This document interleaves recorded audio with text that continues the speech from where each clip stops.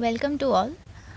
आज हम लोग पढ़ेंगे कि प्रपोजिशनल लॉजिक और बूलियन लॉजिक क्या होता है। ठीक है, तो पहले हम लोग जान लेते हैं कि प्रपोजिशन क्या होता है। ठीक है, तो preposition is a declarative statement which can be true और कैन बी फॉल्स। तो कोई भी स्टेटमेंट है जिसको हम लोग आइदर ट्रू प्रूव कर सकते हैं या फिर फॉल्स, उसको हम लोग प्रपोजिशन बोलते हैं। तो उसका लॉजिक क्या होता है कि डिफरेंट ऑपरेशंस रहते हैं जहाँ पे हम लोग ये डिसाइड कर सकते हैं कि वो ऑपरेशन के बाद वो जो अप्लाई किया गया है वो ट्रू है या फिर फॉल्स है। ठीक है, तो कोई भी स्टेटमेंट ले रहे हैं हम लोग तो वो आइदर ट्रू हो सकता है या फिर फॉल्स हो सकता है। तो उसको हम लोग आइदर ट्रू से डिफाइन कर सकते हैं या फिर एफ से डिनोट कर सकते हैं। या फिर जैसे कि हम लोग कंप्यूटर स्टूडेंट्स बेसिकली देखा जाए तो वो लोग क्या डील करते हैं कि बाइनरी ऑपरेशन में यूज़ करते हैं। तो वहाँ पे क्या होगा, वहाँ पे वो लोग ट्रू को 0 ले सकते हैं और एफ को फॉल्स को 1 ले सकते हैं। तो इसको 0 और इसको 1 भी ले सकते हैं। तो उसी अकॉर्डिंगली ऑपरेशंस में भी वो ट्रू को एज 0 डिनोट करेंगे और फॉल्स को एज 1 डिनोट करेंगे। सो हम लोग चलते हैं ऑपरेशंस में। डिफरेंट ऑपरेशंस है। तो बेसिक ऑपरेशंस में से एक ऑपरेशन होता है कंजक्शन। कंजक्शन क्या होता है कि हम लोग इसको डिनोट कर सकते हैं ऐसे साइन में। ये होता है उल्टा वी, इन्वर्टेड वी टाइप।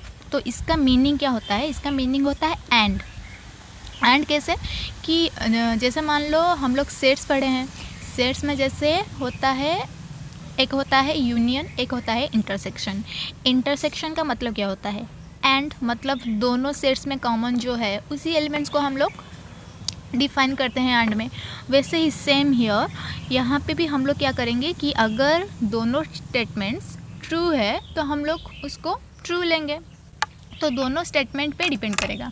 तो हम लोगों को क्या चाहिए एक्चुअली, हम लोग बेसिकली ये सोचते हैं कि कैसे हम लोग को एक चीज़ ट्रू मिले। ठीक है, तो अगर ट्रू मिले तो हम लोग उसको थ्योरम के हिसाब से मानते हैं। तो यहाँ पे हम लोग देखेंगे पहले कि P क्या क्या हो सकता है। अच्छा, P और Q दो स्टेटमेंट्स है, तो उसका डिफरेंट कॉम्बिनेशंस क्या हो सकते हैं।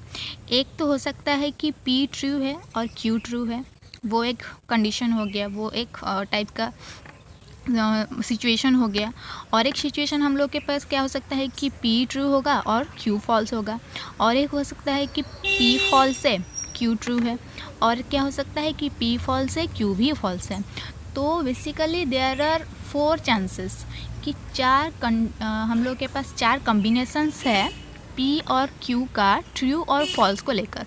तो हम लोग के पास ये जो 4 ये है, तो वो हम लोग हमेशा यूज़ करेंगे कि यही सब होगा। 2 स्टेटमेंट्स होंगे तो उसके ट्रू और फॉल्स होने का कॉम्बिनेशंस यही होगा। तो P ट्रू है, Q ट्रू है, उसका एंड क्या होगा कि P true and Q true. तो P एंड Q क्या होगा, ट्रू होगा। अच्छा, P ट्रू है और Q फॉल्स है। अच्छा, Q क्योंकि फॉल्स है तो हम लोग P एंड Q को फॉल्स ट्रू नहीं ले सकते, तो इसको हम लोग फॉल्स लिए। क्लियर। देन P फॉल्स है एंड Q ट्रू है, तो हम लोग क्या लेंगे, फॉल्स ही लेंगे क्योंकि इनमें से एक फॉल्स है। ठीक है। देन P और Q बोथ फॉल्स है, तो हम लोग क्या लेंगे कि वो P एंड Q दोनों फॉल्स ही है, तो P and Q also false. ठीक है। देन ये वाला ऑपरेशन समझ में आ गया। देन हम लोग नेक्स्ट प्रोसीड करते हैं डिसजंक्शन। और ये क्या होता है कि और।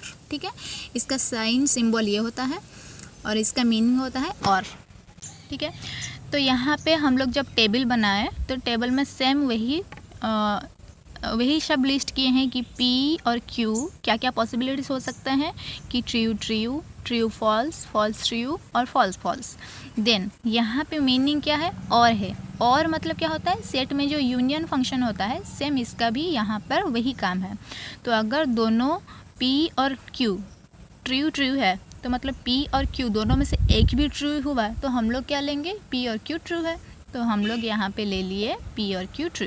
देन P ट्रू है और Q फॉल्स है, तो हम लोग क्या लेंगे, ट्रू लेंगे क्योंकि इनमें से एक ट्रू है।